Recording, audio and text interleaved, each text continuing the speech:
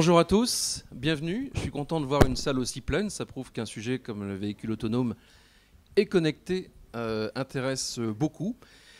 Et en même temps, c'est vrai que le véhicule connecté, très certainement, est l'une des tendances fortes du salon. Véhicule autonome, ça viendra. On commence à en voir un petit peu sur le salon aussi, mais on en parlera tout à l'heure.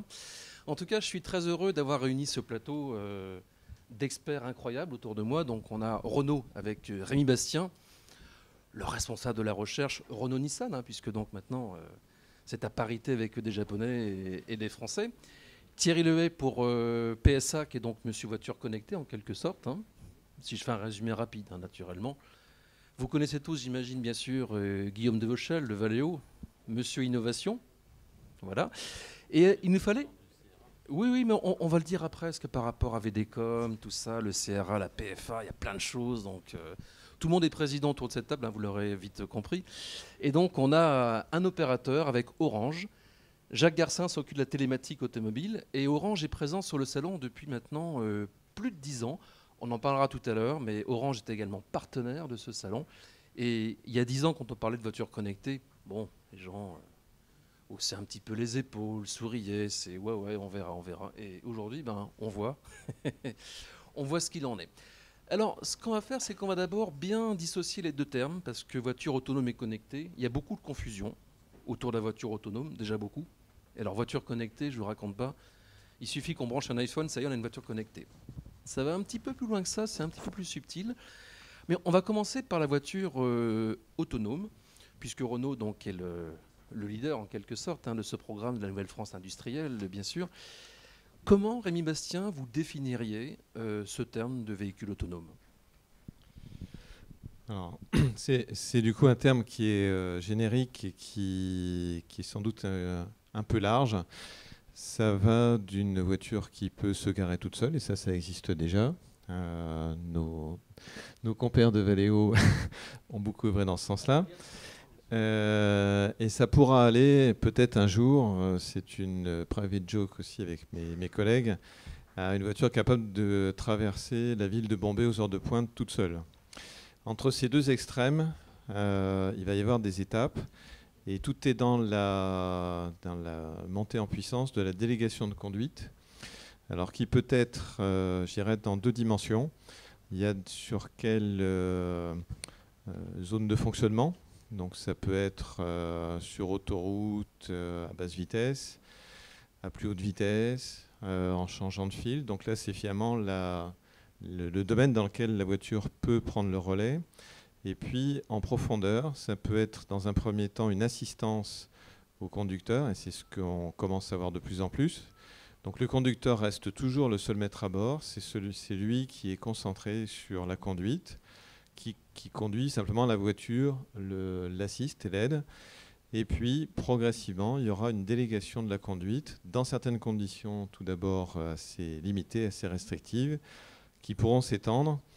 Et puis, peut-être un jour, il y aura aussi des cas où la voiture peut vraiment emmener d'un point A à un point B quelqu'un sans qu'il ait du tout à s'occuper de la conduite. Donc ça, sur une échelle de temps. Alors, si vous le voulez bien, on a un petit PowerPoint. J'ai demandé à Emmanuel, qui est ici, de nous le présenter. Donc, en fait, on a ce qu'on appelle les 5 états de la voiture autonome. Hein. C'est un PowerPoint qui nous a été aimablement prêté par la PFA. Hein. Donc, c'est une feuille de route, en quelque sorte, où l'ensemble de la filière est d'accord. Hein. Voilà. Les fameux niveaux d'automatisation. Donc, on peut faire passer, je pense, les différents slides, parce qu'il y a les fameux cas de figure que Rémi a expliqué, qu'on va voir. En tout cas, c'est une vision commune, hein, les 5 états. Absolument. Bon, ça reprend à peu près ce que je viens de dire, avec différents niveaux donc, qui sont reconnus d'ailleurs au niveau international. Donc vous voyez que les premiers niveaux jusqu'au niveau 2, on est vraiment dans l'assistance au conducteur. À partir du niveau 3, on commence à avoir un début de délégation, et le tout dernier niveau 5, full automation. Là, c'est vraiment la voiture qui serait capable de conduire sans l'intervention d'un conducteur. Alors, peut-être un mot, Thierry Lehay, parce que bon, même si Renault a le lead, si vous permettez, hein, Monsieur Bastien, PSA aussi fait des choses dans le domaine de la délégation de la conduite, et vous avez aussi une vision, une roadmap qui est assez proche finalement des autres constructeurs. Oui, tout à fait. Alors, on est bien sûr complètement tous d'accord sur ce qui est présenté là. Il y a un point notable, c'est à partir du niveau 3, qui s'appelle Conditional Automation. Le niveau 3, ça veut dire qu'on autorise le conducteur à faire autre chose que de superviser la conduite. Et donc, à partir du niveau 3, il y a besoin d'évolutions réglementaires qui sont en discussion, mais aujourd'hui non actées. Par exemple, la Convention de Vienne aujourd'hui demande un contrôle permanent par le conducteur. Il peut y avoir une ambiguïté. Selon les vitesses, on peut accepter qu'il lâche le volant. Par contre, autoriser le conducteur à faire autre chose que de suivre la conduite est aujourd'hui non autorisé dans la majorité des pays européens qui ont signé la Convention de Vienne. Ce qui n'est pas le cas aux États-Unis, par exemple, où c'est d'autres textes qui s'appliquent. Donc c'est un des points qui va, indépendamment des roadmaps technologiques, peut caler la mise sur le marché de ces fonctions-là. Merci. Peut-être qu'on peut faire défiler rapidement les différents scénarios parce que voilà, on voit les différents cas de figure. Et pendant ce temps, j'aimerais qu'on entende un petit peu également Guillaume de Vauchel, qui doit juste se baisser pour attraper le micro qui est à ses pieds. Voilà, celui que vous avez négligemment jeté tout à l'heure. Guillaume, on le disait, donc l'automatisation, ça fait déjà plusieurs années chez Valeo, en tout cas pour le parking. Oui, tout à fait. Valeo a équipé plus de 5 millions de véhicules avec des manœuvres de parking semi-automatiques. Et on s'apprête à commercialiser des manœuvres de parking complètement automatiques. Donc, c'est pas quoi, je vous prêtais mon micro, parce que le vôtre, apparemment, il y a un petit faux contact. Oui, j'ai eu raison de le jeter négligemment. Donc, je disais, ouais, je disais que l'automatisation existe, vous l'avez déjà sous les yeux. Valeo a déjà équipé plus de 5 millions de véhicules avec ces manœuvres de parking semi-automatiques, c'est-à-dire sans les mains. Et on s'apprête à commercialiser des manœuvres de parking complètement automatiques, le conducteur n'étant plus dans son véhicule. Alors, je voulais simplement mettre ça en perspective avec une évolution que vous avez tous connue, enfin que vous connaissez tous. Aujourd'hui, on parle de véhicules autonomes ou automatiques, alors qu'en fait, il y a déjà un très grand nombre de fonctions automatisées. Je prends simplement l'exemple de la fonction éclairage. Vous êtes tous habitués aujourd'hui à avoir vos feux de croisement qui s'allument automatiquement en fonction de la luminosité. Si vous avez un véhicule un peu plus premium, vous passez automatiquement de feu de route en feu de croisement. Si vous avez un véhicule encore mieux équipé, vous roulez toujours en feu de route sans jamais éblouir personne. Donc c'est Valeo, chez Valeo, on appelle ça la conduite intuitive, c'est-à-dire que la fonction qui est d'allumer ses phares, de gérer l'éclairage, est une fonction qui va disparaître. Et cette fonction va se transformer dans ce qu'on appelle intuitif, en quelque chose d'encore plus proche de la réalité augmentée, proche de la connectivité, que j'appelle moi une mise en scène de l'éclairage. C'est-à-dire qu'au lieu d'éclairer uniformément comme le prévoit la loi aujourd'hui, on va éclairer les objets qui sont intéressants pour le conducteur. Et donc du coup, la scène, le contexte vous paraîtra simple. Rémi l'a très bien dit tout à l'heure, il y a dans ces histoires de véhicules automatiques finalement 3 grands acteurs. Il y a la technologie, on fournit la technologie tous autour de la table.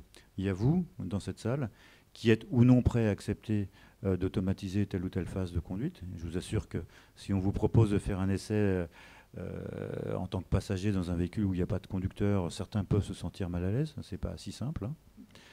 Et puis, il y a tout ce qui est réglementation. On l'a évoqué. Il y a une réglementation de Vienne qui a été extrêmement profitable et qui est extrêmement profitable, qui fait qu'aujourd'hui, les panneaux de stop vous êtes capable de reconnaître des panneaux de stop dans le monde entier. Ce n'est pas simplement juste une contrainte, c'est aussi un grand plus d'avoir une uniformité. Donc ce qui est nouveau dans cette affaire, c'est qu'on a tous autour de la table ici décidé de travailler ensemble. On a évoqué tout à l'heure VDCOM ou la PFA, de manière à avoir une compréhension commune de la situation et d'éviter les malentendus faciles qui sont liés à telle ou telle interprétation de ce qu'on va dire. Donc là, on a une conception, une vision d'ingénieur commune, on a des briques de base communes, on fait des essais en commun, notamment dans le cadre de VDCOM, ce qui n'empêche en rien qu'on soit compétitif sur nos propres sujets. Merci. Petite question rapide. Qui serait prêt à laisser une voiture autonome le conduire dans la salle ? Pas mal. Qui serait prêt à payer plus cher pour ça ? Il y en a un petit peu moins, mais je m'en doutais un petit peu. Bon, vous avez compris, j'espère, ce qu'est un véhicule autonome. Voyons maintenant ce qu'est un véhicule connecté, parce que véhicule connecté, bon, c'est un terme qui est déjà presque galvaudé. Je propose qu'on écoute d'abord peut-être la définition de Jacques Garcin chez Orange, en tant qu'opérateur. Bonjour, donc le mot connectivité, la terminologie connectivité est présent chez les opérateurs et chez Orange tout particulièrement depuis longtemps et sur l'ensemble des activités des clients de l'opérateur. Et donc si on veut appliquer cette terminologie connectivité à un véhicule, comme une espèce de lapalissade, j'irais jusqu'à dire que pour l'opérateur, c'est un véhicule qui offre des services connectés à l'ensemble des clients, qu'ils soient passagers, qu'ils soient conducteurs, ou même au véhicule en lui-même pour remonter les informations qui peuvent être utilisées par des tiers.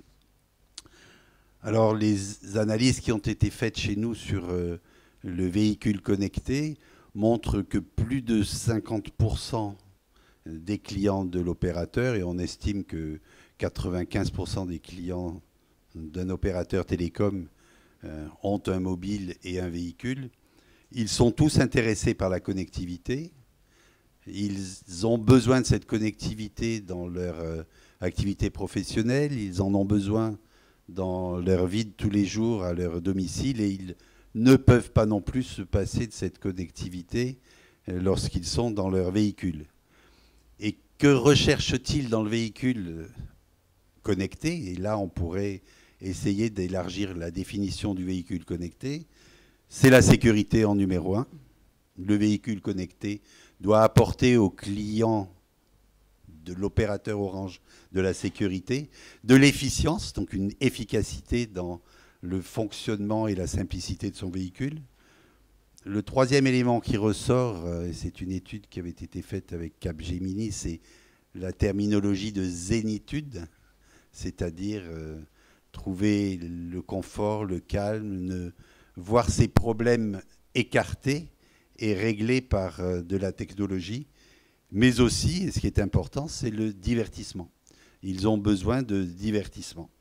Donc pour nous, le véhicule connecté, c'est le véhicule qui va offrir ce type de service au client de l'opérateur ou à n'importe quelle personne au volant de son véhicule.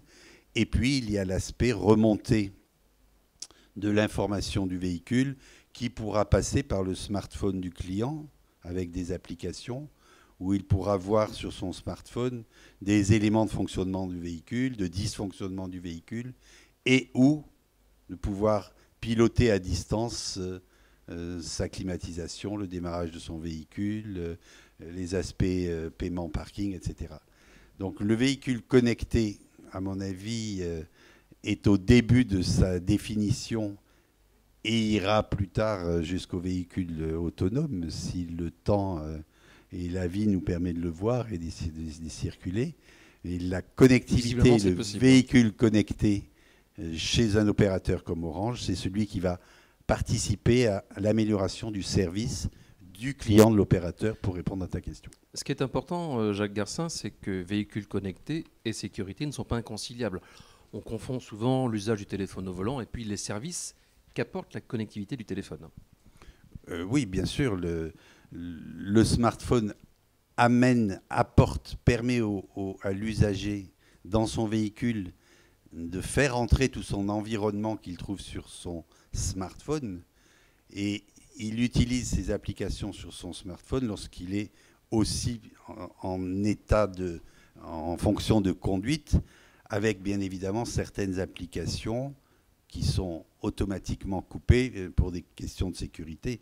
Donc il aura son application de navigation, il aura les applications qui lui permettent de voir sa géolocalisation, il aura de la musique et d'autres applications, mais toute application qui le détournerait de son acte de conduite, puisque son véhicule n'est pas autonome, seront bien évidemment stoppées et il ne pourra pas les utiliser lorsque le véhicule est en circulation. Alors bien sûr, le véhicule connecté, on va en parler avec les deux constructeurs. Si vous permettez, Rémi, c'est d'abord PSA qui va en dire un mot. Donc chez Peugeot, chez Citroën, on peut le voir, il y a des services connectés avec effectivement la sécurité qui est au centre des préoccupations. Oui, tout à fait. Alors on a commencé à connecter la voiture pour des raisons de sécurité. On a des voitures connectées depuis 2003, hein, date à laquelle on a lancé l'appel d'urgence. On a aujourd'hui, je crois que c'est 1 600 000 véhicules équipés, donc la plus grande flotte de tous les constructeurs européens. Et c'est bien par la sécurité qu'est rentrée la connectivité, en l'occurrence ce qu'on appelle plus telematics en anglais. Quand on veut connecter la voiture, on peut la connecter directement au cloud ou à des opérateurs téléphoniques. On va dire ça, c'est la voiture est directement connectée, ou la connecter au smartphone, mais encore à d'autres choses. Hein. On va la connecter à des infrastructures routières. C'est tous les travaux. Quand je dis smartphone, effectivement, c'est smart device. Hein, c'est ce que le client a avec lui. Mais on va la connecter, et on y travaille notamment dans le projet Scoop avec Renault, à des infrastructures routières, tout ce qui est coopérative ITS, car-to-car, car-to-infrastructure. Donc on voit que voiture connectée, ça recouvre beaucoup de solutions différentes pour beaucoup de services différents. Merci. Alors chez Renault, on peut voir bien sûr le système Airlink, hein, on le trouve sur une bonne partie de la gamme, et c'est Airlink 2 qui arrive sur l'espace. Oui, donc là, la voiture connectée, alors il y a une autre dimension qui contribue aussi à la sécurité, c'est ceux qui ont mon grand âge s'y reconnaîtront. Il y a quand même quelques années, pour se diriger, on avait tous la carte ou le plan sur les genoux. Depuis maintenant un certain nombre d'années, la navigation vient au secours de tous les gens qui doivent se déplacer. Donc ça, c'est indéniable un point de sécurité. Donc là, Renault avait travaillé pour démocratiser la navigation embarquée. Donc ça, c'était Navigation for All avec TomTom. Airlink, donc on a fait un système intégré dans lequel il y a la navigation, mais on a les autres services qui vont avec, donc comme la radio, le téléphone, différents services qui sont liés à la conduite. Donc l'interface Machine permet d'assister le conducteur sur de l'éco-conduite par exemple. Et donc il y a une nouvelle version sur l'espace qui va encore apporter d'autres services un peu plus rapides, voilà exactement. Et puis sur Twingo, on a également facilité l'intégration du smartphone avec une application qu'on peut télécharger, et donc il y a un réceptacle pour mettre son smartphone qui vient télécharger les applis automobiles. Comme ça a été rappelé, il y a beaucoup de services, et là c'est la spécificité automobile, beaucoup de services qui peuvent être disponibles quand on est à l'arrêt, mais dès qu'on roule, on va limiter les services. Alors vous parliez du téléphone par exemple, on a été un des premiers à faire en sorte que quand quelqu'un appelle une Renault, il reçoit un message que son interlocuteur est en situation de conduite et qui veulent bien patienter, le conducteur restant le décideur de décrocher ou non. Si vous êtes place de l'Étoile et que vous recevez un coup de fil, peut-être que vous choisirez d'attendre d'être sorti de la place de l'Étoile pour répondre. Donc à chaque fois, il y a cette dimension de sécurité. Merci, et c'est vrai que ce système n'est pas forcément très connu, mais vraiment très utile. Un mot avec vous, Guillaume de Vauchel, il y a une démonstration très sympa qu'on peut voir sur votre stand, c'est le téléphone qui permet de prendre le contrôle à distance du véhicule. Oui, vous êtes tous invités à voir notre démonstration qu'on appelle InBlue.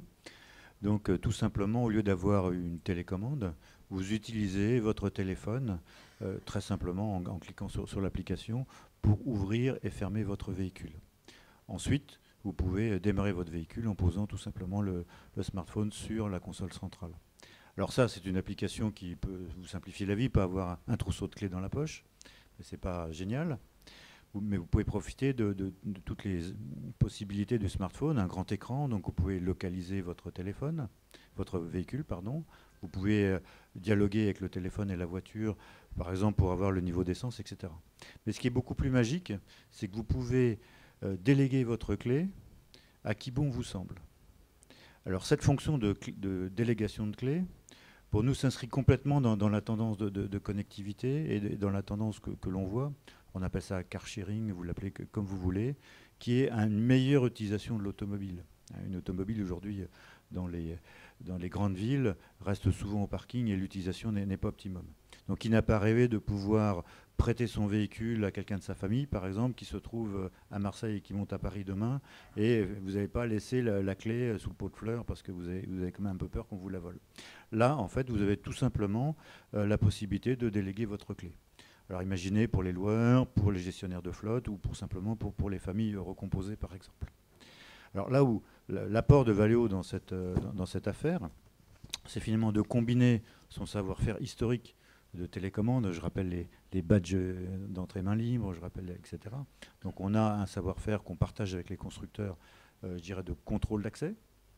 Et puis après, on s'est mis d'accord avec un certain nombre d'opérateurs, donc typiquement d'opérateurs de télécom. Et là, clairement, on s'est rapproché du réseau bancaire pour offrir une sûreté de transactions qui est au moins égale ou supérieure à celle des transactions bancaires. Donc je suis sûr que beaucoup d'entre vous acceptent de faire des paiements par téléphone. Beaucoup d'entre vous, ceux qui se déplacent à l'étranger, acceptent d'avoir des billets d'avion virtuels dans votre téléphone. Et je pense que demain, ça vous paraîtra extrêmement naturel d'avoir cette fonction sur votre smartphone. Donc pour nous, voilà, ça fait partie de l'intuitivité. C'est une fonction toute simple. Vous cliquez sur un bouton, vous glissez à droite ou à gauche. C'est exactement votre ergonomie.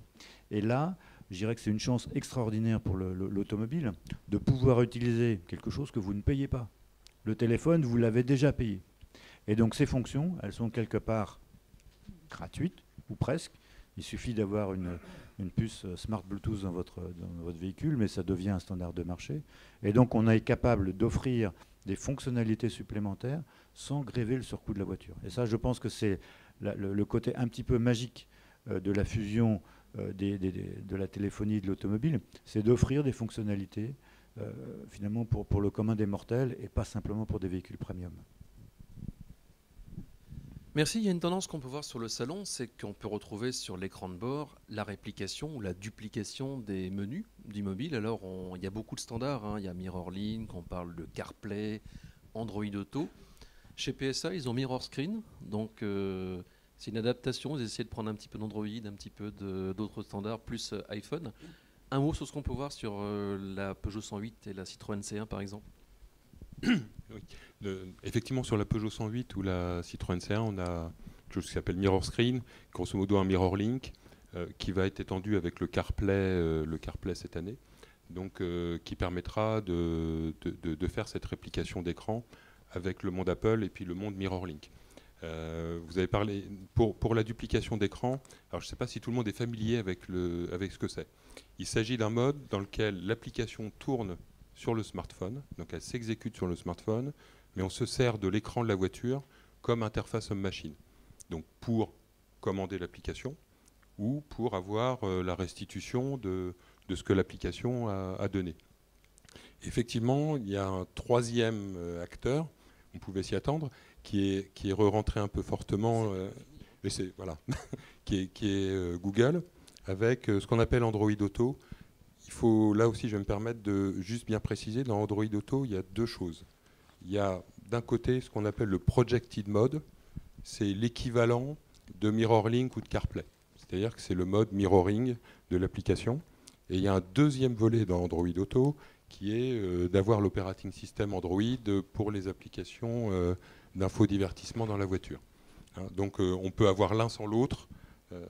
Donc tant qu'on parle mirroring, il y a effectivement aujourd'hui 3 dispositifs qui ressortent. C'est MirrorLink, CarPlay pour le monde Apple, et puis demain, assez prochainement, le Projected Mode pour le monde Android. Merci. Alors qu'en est-il chez Renault? Vous avez fait vos choix entre Apple, Android, les deux, peut-être d'autres encore? Bon, alors, comme je l'ai dit, en fait, on a le système sur les gammes moyennes et hautes, c'est un système embarqué, donc c'est MirrorLink, c'est AirLink. Et pour la Twingo et les voitures d'entrée, on a plutôt regardé comment on pouvait mettre en valeur le smartphone du conducteur. Par rapport à ce qui est évoqué, ça fait partie des choses sur lesquelles on est aussi en contact avec les trois, mais il n'y a pas d'applications qui sont proposées à ce jour. On est pour l'instant sur nos deux options. Sur la voiture connectée, bien sûr, comment ne pas parler de la 4G, puisque donc on a des services qui tournent en 2,5 ou 3G, ça dépend des constructeurs, hein, Il y a la 4G aussi qui arrive. Alors, Jacques Garcin, peut-être deux choses. D'abord, un accord avec Tesla. Donc, vous fournissez des cartes SIM pour quand même un constructeur qui fait beaucoup parler de lui. Et puis surtout, la 4G devient une réalité aussi. Non, Oh, vas-y. Alors, oui, effectivement, notre président Stéphane Richard a annoncé cette semaine un accord avec Tesla, et Orange fournit à Tesla la connectivité de leurs véhicules, et donc nous allons embarquer des cartes SIM d'Orange dans les véhicules de Tesla. Qui font des mises à jour, d'ailleurs. C'est comme un smartphone, cette voiture. Mais ils font des mises à jour, bien évidemment, oui. Ils ont besoin de cartes SIM efficaces et en 4G, bien évidemment, sur le réseau 4G. Donc c'est pour nous un clin d'œil technologique d'être associé à cette entreprise. Mais bien évidemment, nous avons des accords et des partenariats avec PSA, avec Renault, de la même façon, ou d'autres partenariats. Et je voudrais dire que sur le stand d'Orange qui est dans le hall 4, nous exposons une 108 sur le stand, justement parce que cette voiture permet de dire à nos clients qu'en entrée de gamme aujourd'hui, on peut avoir un véhicule avec un déport d'écran, et que si on rentre dans ce véhicule avec un smartphone, et quel que soit l'OS du smartphone, Android ou Apple, on pourra avoir et bénéficier de ce déport d'écran avec un véhicule d'entrée de gamme. Donc on arrive aujourd'hui à une généralisation, et on va arriver rapidement à une généralisation de ces systèmes de déport d'écran dans l'auto. Et je vous précise par ailleurs que ce véhicule 108 est l'objet d'un prix d'un jeu que nous organisons sur notre stand. Et je vous engage vivement à aller chercher votre 108 en visitant le stand d'Orange. Alors moi, ce que j'aime bien, c'est la vieille coccinelle équipée en 4G. Alors ça, c'est un autre clin d'œil qu'on a voulu faire sur notre stand. On veut penser aux personnes qui ont actuellement un véhicule en parc et qui ne vont pas acquérir un véhicule de chez Renault ou de chez Peugeot ou de PSA dans les 2 prochaines années. Nous leur disons, la connectivité est aussi pour vous. Vous pouvez passer dans une boutique Orange et acheter la tablette dont vous pouvez avoir besoin, un domino qui est un système qui va créer un univers Wi-Fi dans votre véhicule et dans lequel on embarque une SIM et qui va vous permettre d'accéder au réseau 4G si vous avez un réseau 4G. Et donc, on permet à l'ensemble de la population, y compris le parc existant, de s'équiper et de rendre son véhicule connecté. Alors on a effectivement équipé une vieille et très belle coccinelle sur le stand d'Orange, et on fait rentrer les visiteurs sur le stand, on leur fait une photo, ils envoient ça sur Facebook, et sur le stand d'Orange, on voit la 4G. Alors la 4G est effectivement une considérable amélioration de l'usage de nos réseaux. On attendait effectivement l'efficacité de ce réseau pour améliorer la connectivité, notamment dans les véhicules. On a une bien meilleure réactivité des services, c'est évident. Il n'y a plus de latence. On peut ou on pourra de façon régulière arriver jusqu'à du 100 mégabits. Donc on aura une efficacité comme de la fibre dans les domiciles, et cela va s'améliorer au cours des 2 années qui vont venir. Même si la télématique en elle-même ne demande pas de gros débits, on aura une amélioration de la réactivité et un débit qui va s'adapter à l'ensemble des usages. Donc on a à peu près aujourd'hui 70% de la population qui est couverte en 4G. On va ouvrir 15 villes nouvelles là, prochainement. On équipe des stades. La 4G va devenir la solution du problème de connectivité des véhicules avec nos amis constructeurs. Si tu permets un dernier mot sur un sujet qui a été abordé, l'ensemble de nos véhicules de flotte, ou presque chez Orange, sont équipés avec un système qui permet de les réserver en ligne sur notre intranet, d'aller les récupérer dans nos parkings et avec notre téléphone ou notre badge, ouvrir le véhicule et partir avec ce véhicule. On est à une totale indépendance de la personne avec son smartphone ou son badge sur les véhicules de flotte du groupe. Une application de la 4G, et ça répond à une question que me posait Yves de Bellabre, l'ancien président du CCFA, qui est au premier rang. Oui, on peut faire de la mise à jour de cartes pour le GPS. Absolument. Grâce à la 4G.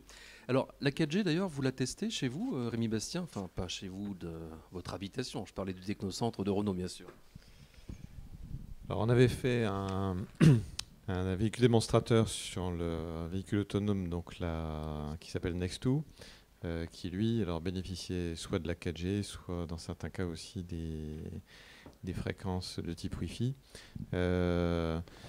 Alors, il y a eu pas mal de débats dans l'entreprise Renault sur 2G, 3G, 4G. Est-ce que c'est nécessaire d'embarquer une telle puissance? Qu'est-ce qu'on va en faire? Ça fait un moment que je suis dans le domaine de l'électronique. La loi de Moore, elle a le bon goût de rendre accessible de plus en plus de fréquences d'horloge, donc de vitesse et de mémoire. Et il se trouve qu'à chaque fois, on trouve l'usage qui va en face. Alors, le 4G peut transmettre de la vidéo. On peut se dire que ça, c'est probablement pas la chose la plus utile tout de suite. Ça viendra certainement. Par contre, donc ça a été abordé, la mise à jour des logiciels qu'on appelle over the air. Ça fait partie des choses qui permettront d'avoir une voiture qui est tout le temps à jour de ce qui est le plus performant. On a aussi les données remontantes, puisque la vitesse augmente à la fois dans ce qu'on appelle les données descendantes, mais les données remontantes. Les voitures connectées, ça permet aussi, par rapport à une maintenance préventive, de connaître l'état de fonctionnement de la voiture et d'aider le client à faire la bonne maintenance. Dans certains pays, il y a aussi des enregistreurs, alors c'est le cas de la Russie et de la Corée, où en vidéo ou en cas d'accident et de contentieux, eh bien, il se trouve que la voiture aura stocké les quelques minutes de l'événement. Et un peu plus tard, donc, je dirais dans les quelques années qui viennent, c'est sûr que cette hyperconnectivité sera à la fois précieuse pour rendre plus facile la montée en autonomie de la voiture, et cette montée en autonomie permettra d'utiliser davantage de services, et la 4G sera importante. Donc c'est finalement ces deux éléments qui vont trouver l'usage de 4G. Merci. Rapide question pour Thierry Lehay. On voit qu'aujourd'hui, beaucoup de choses passent par le smartphone. La vraie question, c'est est-ce que ça va rester comme ça, ou est-ce que demain, ça sera avec des cartes SIM qu'on aura plus la connectivité, d'après vous? Alors aujourd'hui, on passe beaucoup par la carte SIM. Hein. Je citais l'appel d'urgence. Les voitures qu'on a équipées d'appel d'urgence sont bien par la carte SIM. Ce que je pense, c'est qu'il y aura les deux. Je vais essayer de prendre quelques exemples. Il y a des services qui vont être plus appropriés en liaison directe voiture cloud, un appel d'urgence. C'est un exemple typique. Les airbags se déclenchent parce qu'on a un accident. Bon, si on est en panne de batterie smartphone, c'est voilà. Tant pis pour nous. Si on a oublié son smartphone, si c'est pas le bon conducteur de la voiture, si on l'a prêté. Donc là, clairement, on sent que c'est la voiture qui va discuter. On parlait des mises à jour over the air. C'est clair qu'on va aussi passer directement par la voiture. Le smartphone n'est pas l'élément fiable. On va ramasser 3 virus en passant par le... Bon, ça va être la voiture qui va directement discuter. Et puis à l'autre extrême, quand le client va vouloir utiliser sa musique ou son environnement personnel, ça serait dommage d'aller passer par la carte SIM de la voiture pour transférer de la musique ou de la vidéo. On va passer de préférence par le lien smartphone du client. Donc clairement, demain, il y aura les deux. Les voitures seront connectées en direct. Et ça, de plus en plus. Déjà, quand l'e-call européen va être rendu obligatoire, voilà, la date est en train d'être fixée, mais ça va être quelque part entre fin 2017 et début 2018. Mais on est dans ces horizons-là. Là, les voitures seront directes. C'est bien la voiture qui sera connectée, pas le smartphone. Guillaume de Vauchel, chez Valeo, on s'intéresse bien sûr à la voiture connectée, hein, donc MirrorLink, c'est des choses que vous regardez aussi. Mais surtout, ce qui est intéressant de dire quand même, c'est que la connectivité amène des informations, qui peuvent aider à mieux piloter certains équipements à bord du véhicule. Tout à fait. On a beaucoup discuté des technologies, mais finalement, le grand public est surtout intéressé par les nouvelles fonctionnalités. Et c'est finalement, Rémi le disait tout à l'heure, l'usage qui va faire qui va décider. Et donc, chez Valeo, on est très, très impliqué sur comment connecter l'ensemble de nos lignes de produits pour offrir de nouvelles fonctionnalités. On peut imaginer la climatisation, etc. Donc, c'est très frappant. Ce qui m'a beaucoup frappé en janvier, quand Valeo a présenté pour la première fois un stand comme au Consumer Electronics Show à Las Vegas, c'est de comprendre d'abord l'enthousiasme de toute cette industrie pour l'automobile, qui n'était pas du tout qualifiée de vieille autonomie, mais très clairement la mobilité, donc le véhicule particulier, mais aussi la mobilité collective, et la santé sont les deux nouvelles frontières de l'Internet des objets. Donc ce qu'on voit chez Valeo, c'est clair, hein, aujourd'hui 53% de la population française a un smartphone, ce sera 80% en 2016. Donc la majorité des conducteurs ont un ou plusieurs smartphones à bord. Il y a une évolutivité absolument incroyable. Un célèbre fabricant de nœuds Internet a annoncé 10 milliards de puces en 5 ans, fabriquer 10 milliards de puces en 5 ans pour un seul fournisseur. Donc les nombres de puces, les technologies, etc. vont littéralement exploser. Donc la vraie question, c'est de savoir pour quel usage, comment on s'y prend. Il ne sert à rien d'avoir un véhicule de litre au 100 comme on le présente là aussi, et j'en profite pour rappeler les superbes progrès qu'on fait en matière de motorisation, d'allègement, etc., si on va perdre la moitié de son temps de parcours pour se garer. Donc on pense chez Valeo que la fonction de parking, c'est une des fonctions essentielles dans les mégapoles.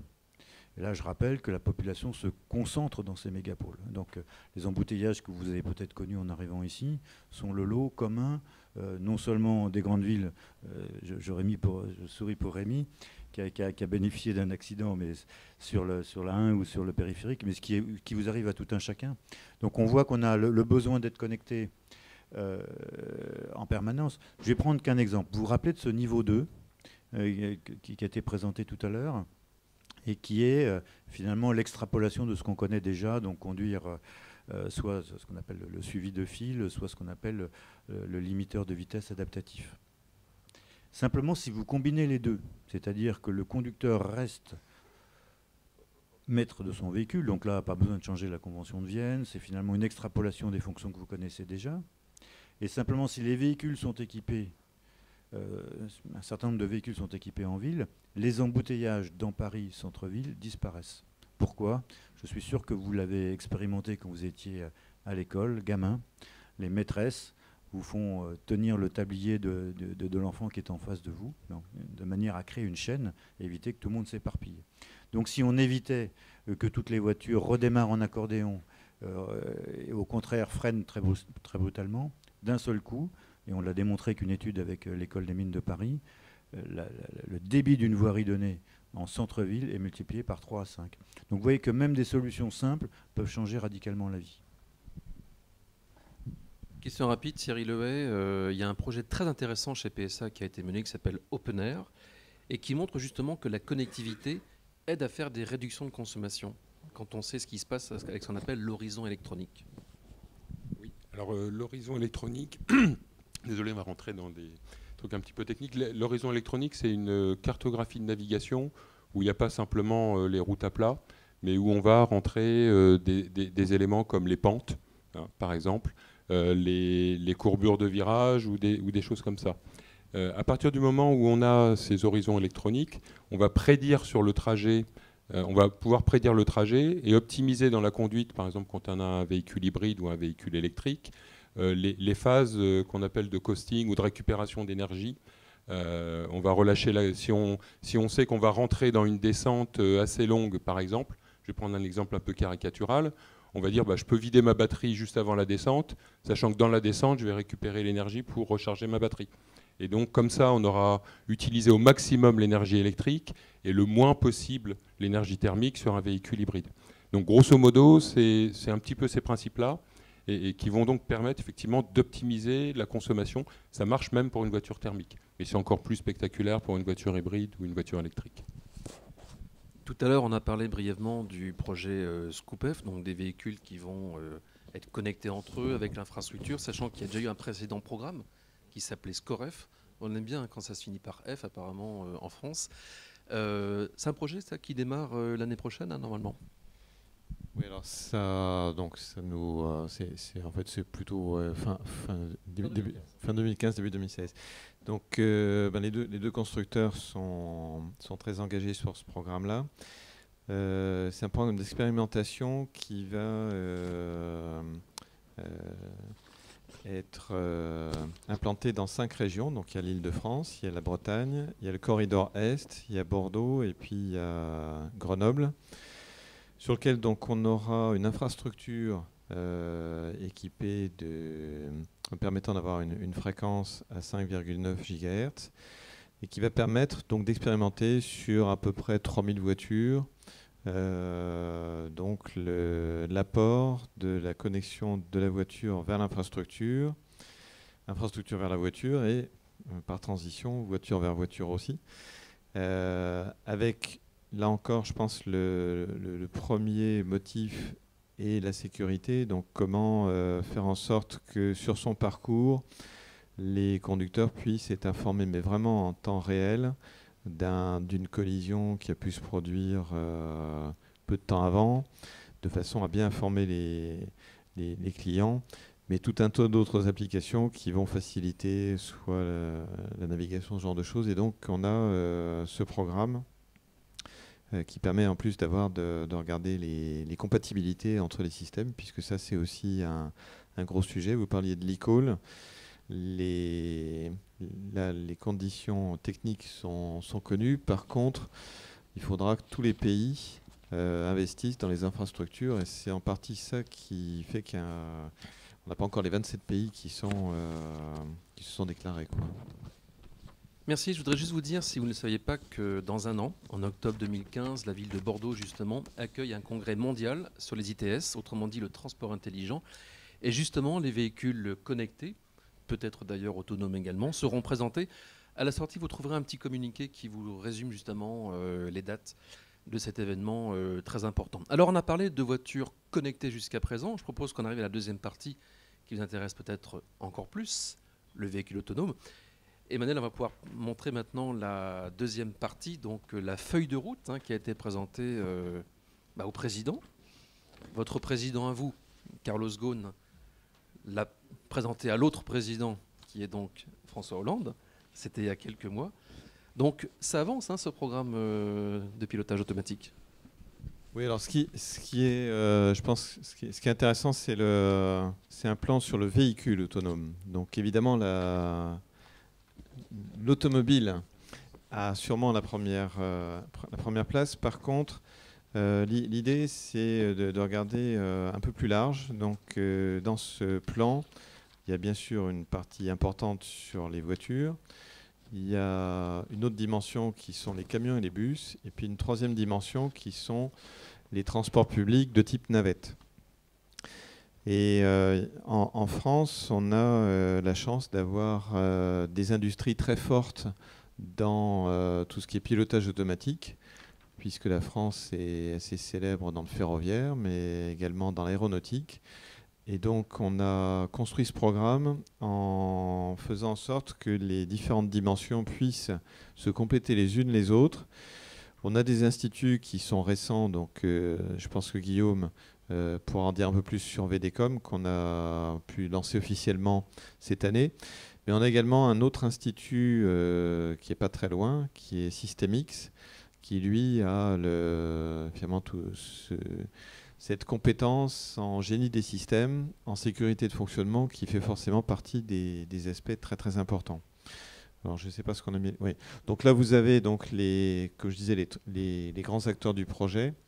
Donc vous voyez que ça mobilise les grands groupes, mais bien entendu aussi tout un tas d'acteurs importants comme les académiques et puis les instituts que j'ai évoqués.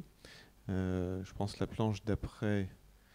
Alors, comme feuille de route, donc vous voyez, on a montré pour les 3 grandes dimensions les étapes. Donc, ce qu'on ambitionne, c'est qu'avant 2020, il y ait déjà des applications qui soient disponibles.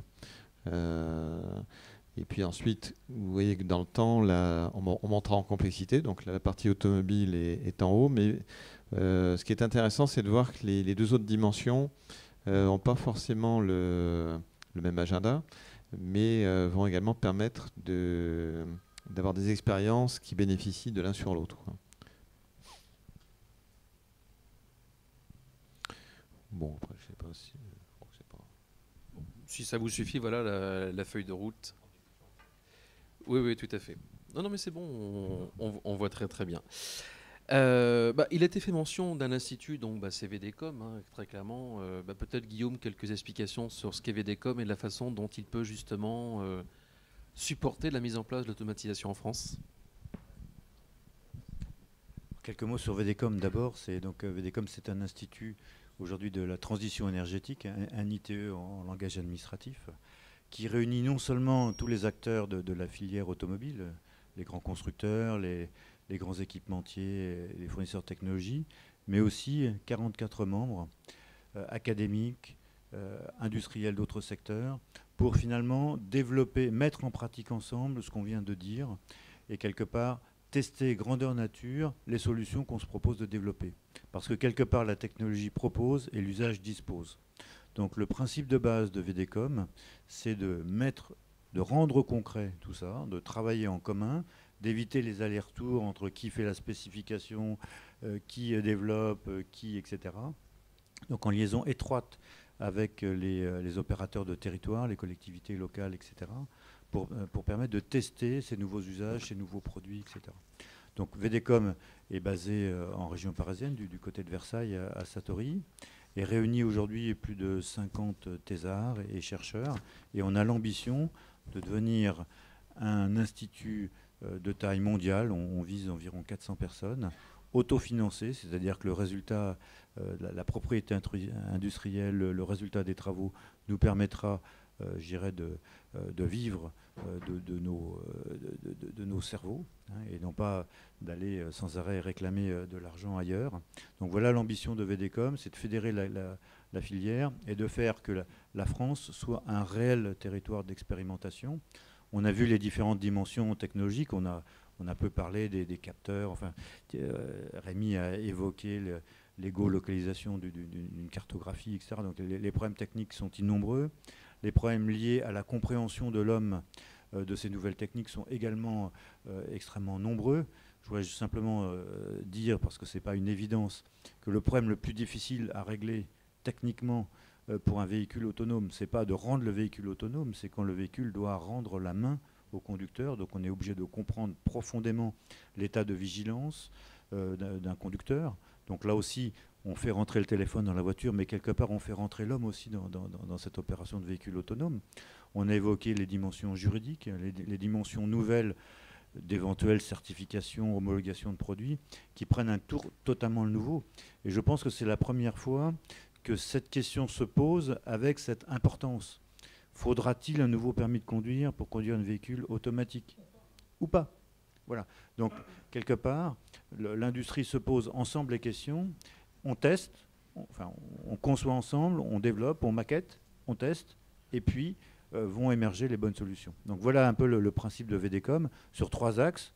Un axe qui aujourd'hui est une évidence et qui est démontré au salon avec les véhicules 2 litres au 100, parfois moins d'ailleurs, parfois 1 litre au 100 aussi. Donc qui est tout ce qui est gain de consommation et donc d'émissions de CO2, donc vraiment basé sur l'électrification des chaînes de traction. Donc ça, c'est vraiment un axe fort de VDCOM. Le deuxième axe, on en a beaucoup parlé, c'est le véhicule autonome, connecté, qui fait l'objet de cette table ronde. Et le troisième axe, qui est encore plus large, c'est la mobilité et les usages. Comment utiliser au mieux son véhicule. Je reprends un exemple qui a été cité très récemment au congrès Fisita, sous l'égide de Patrick. La communauté de Lyon dit que 58% des trajets sur 5 millions de trajets par jour, 58% des trajets font moins de 3 en voiture font moins de 3 km. On voit que l'usage n'est pas le bon. Donc très clairement, l'automobile ne doit pas se penser seule, mais doit se penser dans un écosystème. Et c'est vraiment ce qu'on essaye de faire dans l'axe 3 de VDCOM, où on réunit des grands acteurs comme Veolia, Transdev, etc., qui sont des opérateurs de transport public également. Donc voilà un peu les 3 ambitions. Réduction de consommation, rendre le véhicule plus autonome et plus intelligent pour vous rendre du temps à la conduite et intégrer le véhicule dans son environnement au sens large pour la mobilité. Merci. Alors, ce qui est important, et les 2 constructeurs pourront s'exprimer là-dessus, c'est qu'en 2015, il y aura également des véhicules autonomes sur la route, puisque donc Emmanuel Macron, le ministre banquier d'économie, est venu ici donc, il y a quelques jours, et a annoncé qu'il y aurait donc des plaques W. C'est pas pour les nouveaux véhicules, c'est pour les véhicules autonomes. Donc c'est plutôt une bonne nouvelle. Thierry Lehay, donc les constructeurs français pourront tester les véhicules cette fois en France et sans être obligés de se cacher dans d'autres pays, par exemple. Oui, effectivement. Donc ça passe bien sûr tout le développement de la filière. On a déjà, tant Renault que PSA, des voitures à tester. Aujourd'hui, on le fait sur des voies privées. On fait quelques fois des essais quand même un peu, ou dans des pays limitrophes. C'est quand même très dommage. Et alors, pour l'instant, la définition exacte du W autonome, je crois, n'est pas encore complètement précisée. Mais clairement, cette démarche-là va dans le bon sens. Le but, c'est qu'on n'ait pas à faire des démarches administratives à chaque sortie de véhicule. Hein, l'objectif clair qu'on peut avoir, c'est de dire cette voiture-là a le droit d'être sur route ouverte avec ces conducteurs-là. Parce qu'au début de nos essais, on aura des pilotes d'essai au volant, hein, on aura des gens capables de rattraper la situation en cas de difficulté dans les premiers essais. Donc clairement, c'est de pouvoir homologuer, entre guillemets, une voiture et des conducteurs habilités pour pouvoir faire ces essais dans des conditions qui seront à préciser le plus librement possible. Il était temps, Rémi Bastien, parce que d'autres pays ne se posent pas forcément ce genre de questions. Enfin, en Allemagne, ils ont commencé plus tôt, par exemple. Et aux États-Unis, encore plus. Alors, je vais en profiter pour rendre hommage à nos amis des pouvoirs publics, puisqu'en fait, ce nouveau plan, lui, il a démarré donc, au début de cette année. Et immédiatement, un des premiers points qu'on a regardé, c'est justement l'impact sur les évolutions réglementaires et puis comment on peut monter en confiance sur la délégation de conduite, puisque c'est de ça qu'il s'agit en définitive. Il y a 3, pour faire du mauvais anglais, il y a trois stakeholders qui sont importants dans la transition vers la voiture autonome. Il y a les clients, comme vous l'avez dit. Comment peuvent-ils avoir confiance dans la voiture ? Il faut qu'on puisse leur démontrer. Il y a évidemment les pouvoirs publics, les administrations. On est quand même dans une phase de baisse récurrente des décès sur les routes. Avant de passer à un mode qui est un peu inconnu, il y a quand même beaucoup de questions qui se posent. Et puis alors après, pour nous, constructeurs, la notion de responsabilité pourrait changer d'épaule, je dirais. Hein. Donc ça on a, dès le départ, donc avec Alban Galan, donc quand ce nouveau plan a été lancé, ça a été un des premiers sujets. Et l'administration est vraiment très positive pour nous accompagner. Alors, dans les autres pays, ce sont effectivement des expérimentations qui sont possibles. Si on prend, puisque ça a été un très bon stimulant pour la voiture autonome, si on prend Google, j'ai eu la chance de rouler plusieurs fois dans leur prototype. Alors, il y a toujours quelqu'un au volant qui a les bras croisés, qui ne touche pas les pédales, mais qui est, alors lui, pendant tout le trajet, totalement concentré sur la conduite. Il y a un ingénieur à côté qui a un PC, et ils accumulent le maximum de cas pour pouvoir vérifier que la voiture répond à chaque fois. Donc ce dont on a tous besoin, c'est de pouvoir, en situation réelle, vérifier que ce que l'on a programmé marche. Bien entendu, ces expérimentations-là, on aura toujours quelqu'un qui, lui, sera au volant. Après, il y aura une deuxième phase, une fois qu'on pourra considérer qu'on maîtrise bien certaines situations. Sur la feuille de route, vous l'avez vu, on parle d'abord de conduite sur autoroute en embouteillage. Bon, on peut considérer que quand on est à moins de 30 km/h, que la voiture ne change pas de fil, le domaine de risque est beaucoup plus limité que quand on doit traverser toute une ville avec des piétons, des vélos, etc. Donc, on aura une deuxième étape où il faudra pouvoir démontrer que la voiture peut prendre la délégation de conduite dans ces conditions. Mais encore une fois, là, en France, je pense qu'on est vraiment en train de se doter de ces zones qui ont été évoquées, mais surtout avec les pouvoirs publics, d'un travail en commun pour bien préparer les bases des évolutions de réglementation, ce qui est vraiment très important. Merci. Peut-être une question à l'opérateur Orange. Comment vous regardez en fait ces expériences de voitures autonomes et de quelle façon vous pourriez y participer, y apporter votre contribution? L'opérateur dispose du réseau.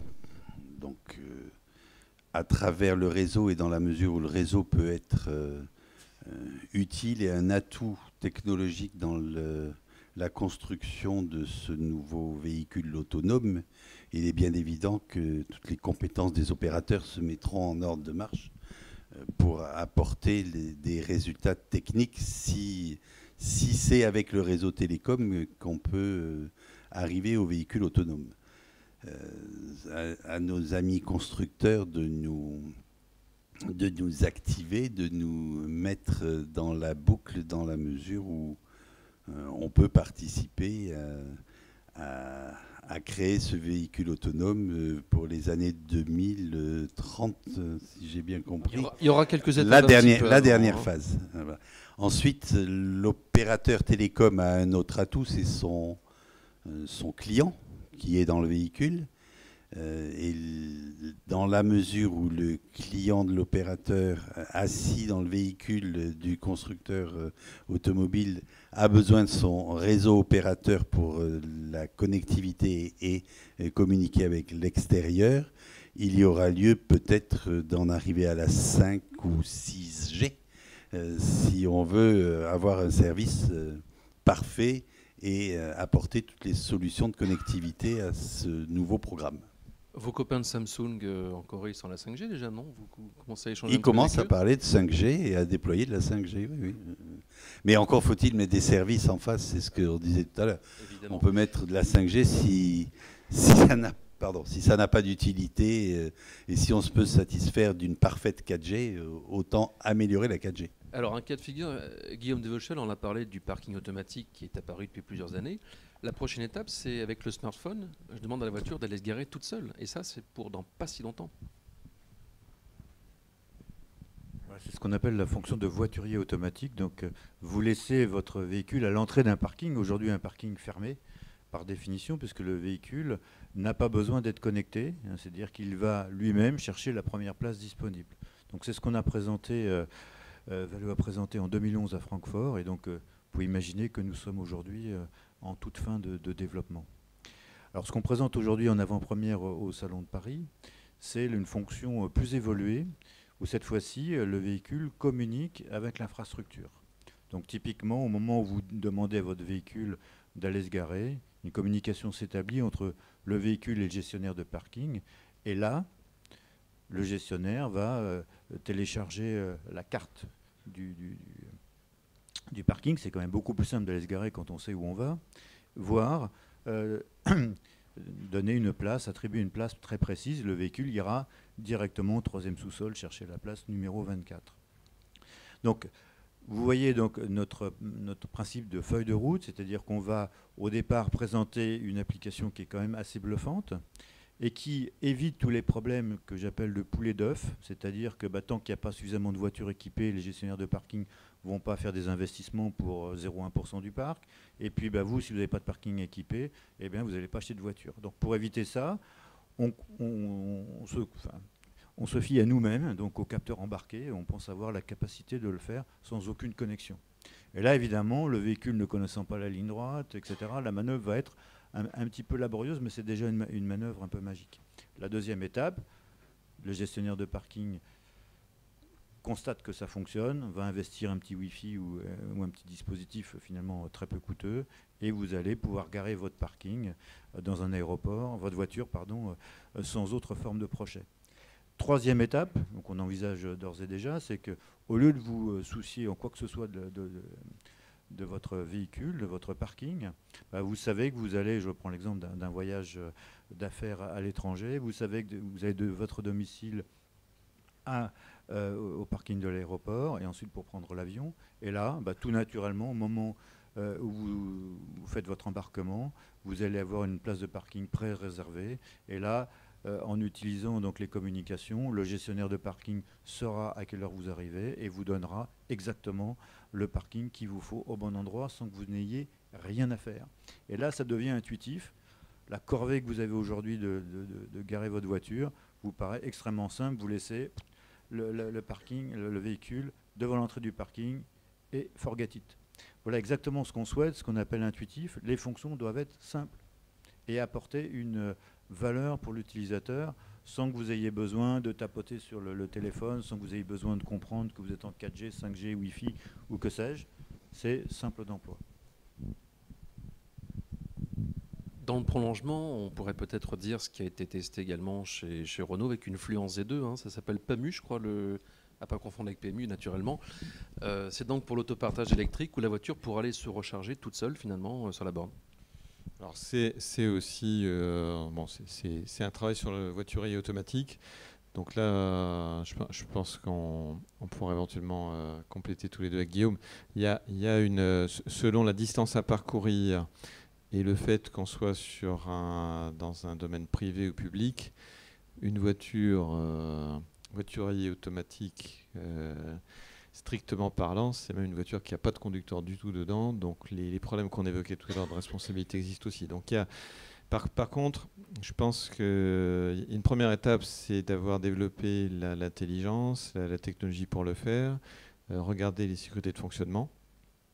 Mais ce sont effectivement des fonctions qui vont beaucoup simplifier la vie des conducteurs. Et dans le cas où la voiture est électrique, on a regardé une application qui peut être extrêmement intéressante aussi, c'est coupler le voiture automatique avec une charge sans contact qui fait que le client peut laisser la voiture aller se garer, elle se rechargera selon un programme et quand il voudra la reprendre, elle sera chargée. Donc on voit qu'il y a quand même beaucoup de retombées très très intéressantes. J'aimerais qu'on dise un mot de Google, parce que bon, c'est souvent celui qui est cité en exemple, hein, qui quelque part a été un aiguillon pour l'industrie automobile.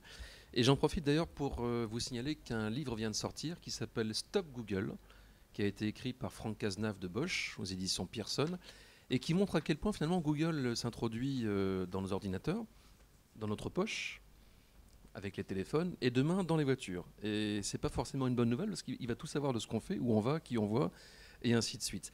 En tout cas, un acteur comme Google, par rapport à la voiture automatisée, comment vous le considérez? Ça peut être un benchmark, un concurrent, un allié Allez, on commence par vous, Thierry. Merci.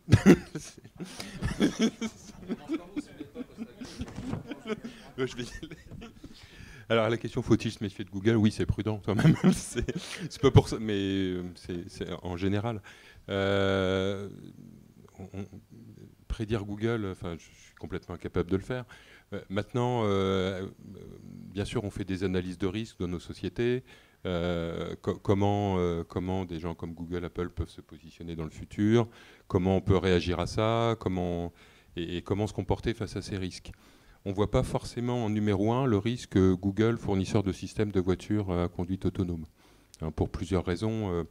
Aujourd'hui, Google fournit des milliards de systèmes d'exploitation, même s'il prend 50% du marché automobile, c'est quelques millions. Donc on n'est pas... Google se met en fournisseur de l'automobile, peut-être fournisseur de licence, mais ce n'est pas forcément le risque qu'on voit en numéro 1. Là où, bien sûr, le risque est sûrement plus important, c'est la relation client, très clairement. Fourniture de services et donc relation directe avec le client, jusqu'à la limite fournisseur de voitures et de services utilisant des voitures, par exemple. Donc voilà, c'est ce qu'on peut dire. Maintenant, c'est complètement impossible à prédire de manière fiable. Rémi, oui, tout à fait, ça va venir après. Google, votre ami, votre ennemi? Une relation? On a eu pas mal de contacts avec eux au passage, mais je pense qu'ils parlent avec tout le monde. Quand vous regardez leur puissance financière, il y a belle lurette qu'ils auraient pu s'offrir 4 constructeurs, entre autres, mais même au-delà de ça. Donc visiblement, on n'a pas des profitabilités qui sont du niveau de ce qu'ils ont dans leur domaine. Donc je pense qu'ils voient bien les difficultés du monde automobile par rapport à ce que ça peut leur apporter. Par contre, si on regarde un petit peu, ils vivent de l'Internet et il y a, pour chacun d'entre nous, entre 1 heure et 2 heures où nous n'avons pas accès à Internet quand on est au volant. Et la voiture autonome, je pense qu'il y a pour eux une stimulation pour que ça devienne possible. Donc ça je pense que c'est une réalité. Comme ça a été évoqué, s'ils pouvaient continuer l'opération de Big Brother pour nous tous, ils s'en porteraient encore mieux. Donc je pense que ça a été certainement un stimulant sur la voiture autonome. On avait tous des programmes de recherche, mais qui étaient considérés par l'ensemble des dirigeants comme oui, il faut forcément travailler dessus. Quand Google a commencé à montrer leurs prototypes, ça a quand même stimulé, il faut le reconnaître, notre profession. Je pense que ça c'est le côté positif. Bon, maintenant, je pense qu'il ne faut pas être naïf, mais en même temps, on ne pourra pas fonctionner sans coopérer dans certains cas avec Google. Je crois que c'est... Alors Guillaume, j'attends cette analyse entre le radar que Google fait, qui coûte un certain prix, et ce que vous pourriez apporter. Il y a quand même une grosse nuance. Alors Laurent, vous êtes déçu, je ne vais pas commencer par ça, mais plutôt... non, je vais quand même le noter juste après, rassurez-vous. Simplement pour dire que moi, je vais prendre le contre-pied de Bosch, ça ne vous surprendra pas. J'aurais pu écrire « Bravo Google ». Parce qu'en fait, Google fait notre marketing à notre place et gratuitement. Et en plus, bien mieux que nous. C'est-à-dire qu'il crée les attentes de l'utilisateur final pour un véhicule autonome. Il crée l'envie. Et ça, quelque part, je crois qu'on lui est tous redevables de créer cette envie. Valeo, il y a quelques années, avec PSA, a créé l'envie du stop-start. Et aujourd'hui, le stop-start, le moteur qui s'arrête quand le véhicule est à l'arrêt, on prévoit que en 2020, 80% du parc sera équipé de stop-start. Et ça, quelque part, on a besoin de pionniers. Et ces pionniers n'ont pas besoin... on a raison de laisser s'exprimer des gens sur notre domaine.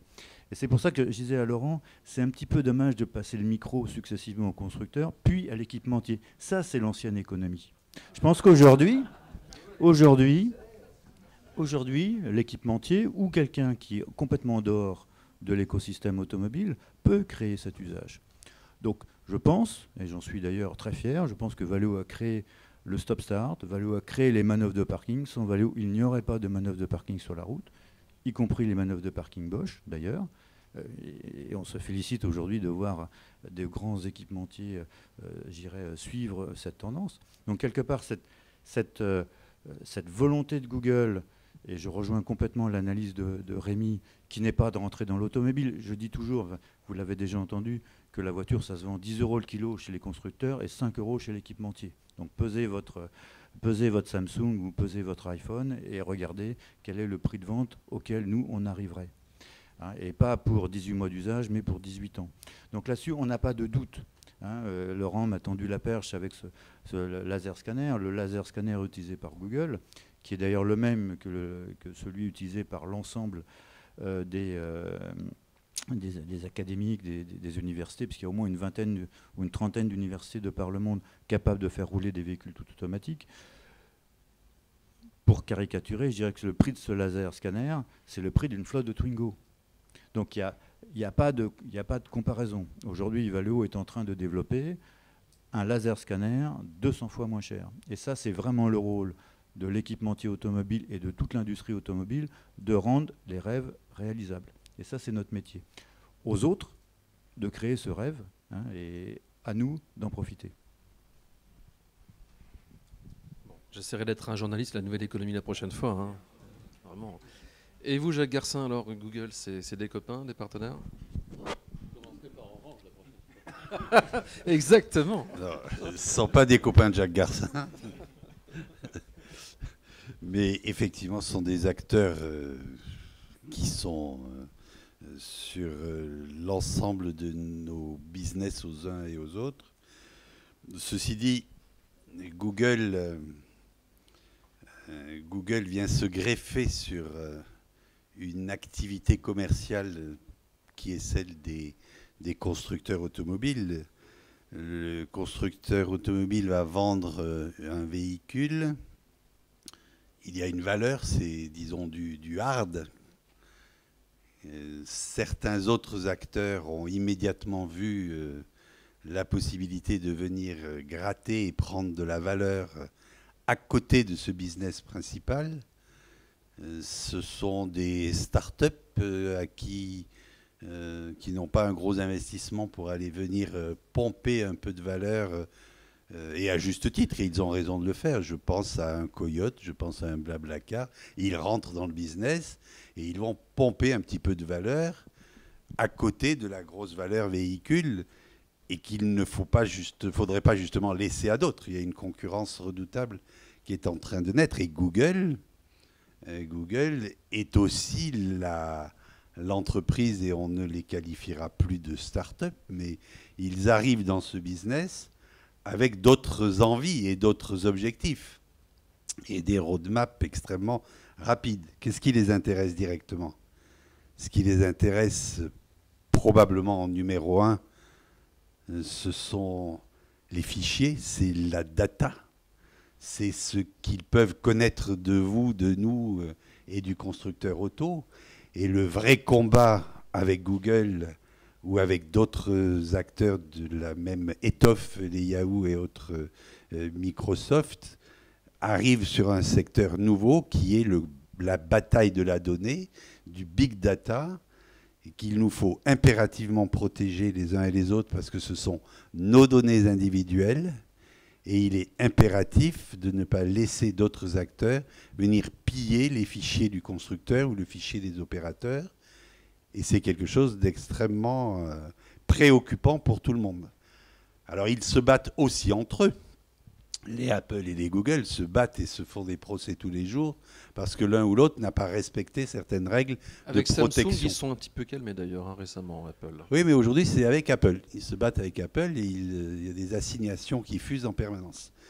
Donc, c'est un tout autre business et on n'en a pas parlé, ce n'était pas l'objet d'aujourd'hui, mais c'est ce qu'on a coutume d'appeler aujourd'hui le big data, qui est un tout nouveau business sur lequel constructeurs auto, opérateurs et tous les autres acteurs ne peuvent pas laisser la laine être tondue par d'autres, d'autant plus que leurs réglementations dans leur pays sont contestables dans le nôtre, et qu'on ne sait pas en fait demain ce qui va se passer, parce que du piédestal sur lequel ils sont aujourd'hui, où seront-ils en 2030 lorsque le véhicule autonome de nos constructeurs français rouleront? On le verra, et on est dans une nouvelle histoire qui s'écrit, à mon avis, mon cher Laurent, et j'espère qu'on le verra. Alors Jacques, comment on fait les choses bien? On n'a pas oublié la big data, et justement j'aimerais en poser une question par rapport à Thierry Levet, puisque avec IBM vous avez un accord sur cette thématique. Concrètement, c'est vrai que c'est important aujourd'hui, mouliner plein de données. Comment ça va se passer? Alors derrière le big data, c'est simplement la gestion des données qu'on peut récupérer.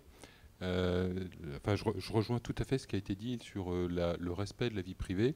La donnée appartient au client. Avant d'appartenir à quelque autre personne, c'est quand même sa donnée personnelle. Donc on travaille bien sûr avec la CNIL dans le cadre des réglementations européennes pour avoir des opt-in clairs, des accords clairs, et pas faire ce qu'on peut voir dans le monde du consumer parfois. Ça, c'est une première chose. Une deuxième chose, toutes les enquêtes clients montrent que les clients, de plus en plus de clients, aujourd'hui, je crois que 60 ou 70% des gens sont prêts à donner accès à leurs données en échange de services. Donc, et on peut supposer que les habitudes augmentant, ce chiffre-là va augmenter dans le temps. Donc ce qu'il faut, c'est le jouer clairement vis-à-vis du client, avoir les bons opt-in, lui donner les services en échange de ces données. Et bien sûr, il y a tous les travaux dans le cloud de mise en place de serveurs, d'exploitation de ces données, d'échange de ces données anonymes. Alors, il y a plein d'utilisations. Par exemple, on peut s'en servir pour la conception des véhicules. Aujourd'hui, on fait des profils de mission pour dimensionner des pièces, mais ces profils de mission, on les extrapole à partir d'essais, etc. C'est sûr que si on a des millions de données clients qui remontent, on saura dire que tel organe doit être dimensionné comme ça. On peut aussi faire des corrélations pour prévenir des pannes. On va avoir des informations qui vont nous dire attention, tel organe pourrait avoir un problème passer en concession pour regarder si vous risquez pas de tomber en panne ou faire de la maintenance préventive. On peut avoir beaucoup d'utilisations. Aujourd'hui, le big data est déjà utilisé quand vous avez une navigation connectée avec de l'infotrafic. C'est des fichiers qui s'échangent de tous les côtés entre tous les opérateurs pour corréler où sont les gens, où est le bouchon, qu'est-ce qui se passe sur la route. Et les infotrafics déjà exploitent des millions, des milliards, enfin des téramilliards, je ne sais pas, de données pour corréler effectivement ce qui se passe sur la route. Donc c'est déjà une réalité aujourd'hui, et l'accord avec IBM, effectivement, alors je ne peux pas trop pas dévoiler tout ce qu'il y a derrière, mais bon, il y a le premier truc auquel on pense, c'est bien sûr on travaille sur les serveurs et pour exploiter ces données-là, quoi. Merci. On a passé en revue un certain nombre de sujets. Je propose qu'on se prenne quelques minutes pour des questions avec nos extraordinaires experts de l'après-midi. Oui, monsieur. Question rapide. J'avais cru comprendre que 30% des kilomètres parcourus en région parisienne correspondaient à trouver une place de parking. Voilà. Est-ce que vous avez des solutions? Valeo a peut-être une solution. Voilà un exemple de big data possible. Aujourd'hui, les capteurs ultrasons scannent les places de parking disponibles, mais simplement quand vous souhaitez vous garer. On peut très bien imaginer qu'ils scannent en permanence et d'offrir une cartographie en permanence des places de parking disponibles sur voirie. On peut imaginer aussi, on en a parlé tout à l'heure, un dialogue avec les gestionnaires de parking pour les parkings souterrains, etc. Donc, je pense que les techniques existent. La vraie question, c'est pas de regarder les autres pomper de la valeur. La vraie question, c'est de créer de la valeur avec une application qui reste, enfin, qui est rentable pour celui qui propose cette application et qui est pertinent pour le public. Donc c'est vraiment ce qu'on s'efforce de faire. Si c'est pertinent pour le public, ça se développera. Sinon, ça se développera pas. Et donc je reprends tout ce qui serait possible de faire, parce qu'on a avec le véhicule un objet qui est merveilleusement connecté. On a oublié, je pense que tout le monde a digéré cette phase-là. Rappelez-vous des difficultés de l'électronique dans l'automobile des années 90 à 2000. Aujourd'hui, l'automobile est profondément connecté, c'est ce qu'on appelle les réseaux CAN, les réseaux multiplexés. Et en fait, chacun des capteurs est disponible. Donc imaginez, Valeo fait par exemple un petit produit qui est complètement humble et modeste, qu'on appelle les capteurs RLT, donc qui sont une luminosité, pluie et température. Donc c'est vraiment un produit à 3 francs 6 sous. Imaginez si vous aviez 1% du parc, ou 1 pour 1000 du parc, où ces petits capteurs dialogueraient avec l'extérieur, et vous auriez 50 fois plus d'informations que Météo France. Voilà. Donc vous voyez tout ce qu'on peut faire dans chacun des domaines, et on est au tout début, moi je rejoins ce qui a été dit, on est au tout début de l'usage, exactement comme il y a une quinzaine d'années, les fabricants de téléphones n'imaginaient pas que les téléphones serviraient encore à téléphoner, mais surtout à faire plein d'autres choses aujourd'hui. Donc la voiture va se réinventer et se réinvente en permanence sous nos yeux. À nous d'être acteurs de ça. Alors, je vais pas, j'ai des clients constructeurs autour de la table, je ne vais pas vous dire que Valeo, au lieu de vendre des capteurs, va vendre des licences d'utilisation des capteurs et on va se garder la propriété de données. On en a très envie. Je ne suis pas sûr que les capteurs seraient d'accord. Je ne vais pas vous dire non plus que les constructeurs seraient d'accord. Je ne vais pas vous dire non plus que ce n'est pas la peine de se faire des nœuds au cerveau. Vous prenez n'importe quel étudiant, et on a fait un Valeo Innovation Challenge récemment, on va dévoiler la semaine prochaine nos résultats. N'importe quel étudiant, avec 50 €, vous piège un réseau CAN et est capable d'envoyer ces informations n'importe où dans le monde. Donc la propriété des données, elle sera très prochainement publique complètement. Donc après, ceux qui auront les bonnes applications feront de l'argent avec et vivront avec. Et on précise quand même que les constructeurs ont des services connectés où on voit les places de parking. Enfin, c'est d'ailleurs le cas chez Orange également. Monsieur. Bon, question, oui. Allez-y. D'abord, je vous remercie parce que je n'écoute pas totalement le sujet, mais c'est l'impression que ça donne, c'est un émerveillement devant un feu d'artifice, de fusée, une bleue, une jaune, une verte qui part. Une verte, comme la cravate de Guillaume. Je pense que dans même pas 6 mois, il y en aurait deux. Mais alors, par contre, ce qui est marrant, c'est qu'à la fin, là, on effleure un autre sujet, un côté épouvantail, Google, machin. Après, on évoque la relation client, etc. Et bon, je pense qu'il y a beaucoup de gens qui sont de l'automobile ici. Hein. C'est dit bien que l'automobile, c'est quand même une industrie et que le volet relations client-commerce au sens large, où j'ai longtemps vécu, est quand même un peu le maillon faible, quoi. Malgré tous les efforts de l'évolution de ça. Et donc, on est dans un monde de commerce qui est très arriéré par rapport, alors qu'on vend un objet, qu'on met un objet à disposition de clients, qui est dans l'intimité de la vie des clients. Et alors, bon, il y a l'objection de protection juridique, etc. Mais enfin, bon, franchement, rassurez-moi, dites-moi qu'on y bosse à une autre idée qui n'a rien à voir, qui est comment, avec tout ça, on rentre dans l'intimité de la vie des clients, et du coup, évidemment, avec une arrière-pensée business, mais enfin, on révolutionne la relation client, qui en est encore aujourd'hui à un état, enfin, j'exagère un peu, mais assez arriéré. Rémi Bastien va vous répondre. Alors, n'étant pas de la direction du commerce, je vais juste vous donner un petit peu quelques éléments. Alors, oui, la commercialisation des voitures fait l'objet de pas mal de réflexions pour la transformer. Avec ça, vous l'avez noté aussi, il y a aujourd'hui tout un réseau de distribution qui est en place. Il y a une grosse transformation qu'il faut prévoir, mais il faut la faire non pas contre les acteurs qui sont déjà en place, mais comment les associer. Alors, vous évoquez la relation, finalement c'est du one-to-one. On vend une voiture à un client, ou parfois à des flottes. Mais ce qui est très important, c'est que cette relation soit la plus proche de chaque client. Donc il y a une dimension qui monte en puissance de plus en plus, qui est le Customer Relationship Management, où le monde automobile est en train d'y rentrer, mais votre point est juste. Je vais donner un petit exemple. La commercialisation de la voiture électrique, ça change quand même beaucoup l'usage d'une voiture, et on le voit. Notre pédagogie vis-à-vis du réseau n'a pas été suffisante.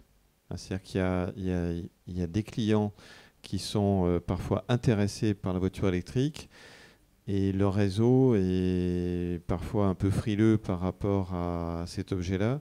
Donc il y a une vraie pédagogie, une transformation à faire. Vous avez raison. Juste une prolongation, de même que l'objection de la juridique pour les données clients, on sait que peut le détourner, pas le détourner, mais on peut le retourner. Arrêtons de dire les réseaux comme si c'était une entité. Les réseaux, c'est nous qui les avons faits. Ils sont comme on les a voulu, et demain, ils seront comme il faudra qu'on les fasse, et qui participent à la réflexion, ça très bien. Mais je veux dire, arrêtons de dire, les réseaux ne sauront pas faire, ou je ne sais pas quoi. Les réseaux, malheureusement, s'ils ne sont pas plus d'initiative, c'est parce qu'ils ne mènent pas le bateau. Alors, je suis... pardon. Je suis d'accord et pas d'accord. Pas avec Rémi, je suis complètement d'accord avec ça, dit Rémi. Mais voilà, parce que... alors, je vais prendre sur la donnée client. Enfin, honnêtement, respecter la privacité du client, on ne s'assera pas dessus, on n'a pas prévu de le faire. Donc on a bien prévu d'avoir les opt-in, on travaille avec NACLIN, on travaille avec ces instances-là. Il y a un cadre réglementaire européen, on n'a pas prévu de le contourner. Est-ce que la grande distribution s'en inquiète ? Je ne sais pas ce que fait la grande distribution, je sais simplement ce qu'on a prévu de faire. D'accord. Et ce qu'on a prévu de faire, c'est de respecter ça. Deuxième chose, par contre, vous avez parfaitement raison, on est des sociétés industrielles faites pour concevoir, réaliser, vendre des voitures. Et il faut s'adapter en termes d'organisation. On a créé d'ailleurs une business unit service connecté il y a 1 an et demi parce qu'on a pris conscience de ça. On a mis des gens qui... Avec une femme, d'ailleurs, Brigitte Courtehoux. On a mis des gens qui venaient aussi de l'extérieur de ce monde-là. Parce que clairement, il y a des métiers, des processus de réflexion, des manières de faire qu'on n'a pas dans nos métiers.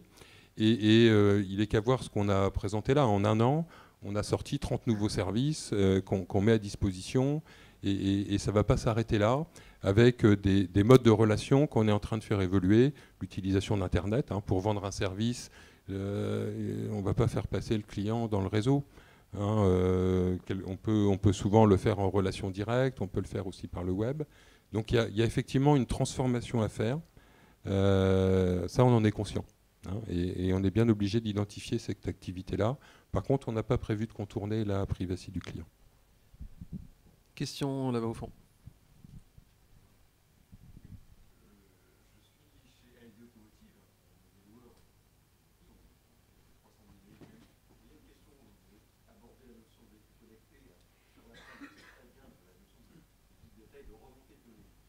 chez nous, c'est extrêmement important. Quand on parle de véhicules connectés, c'est pas qu'on pense d'abord à ça, mais on pense très fort à ça.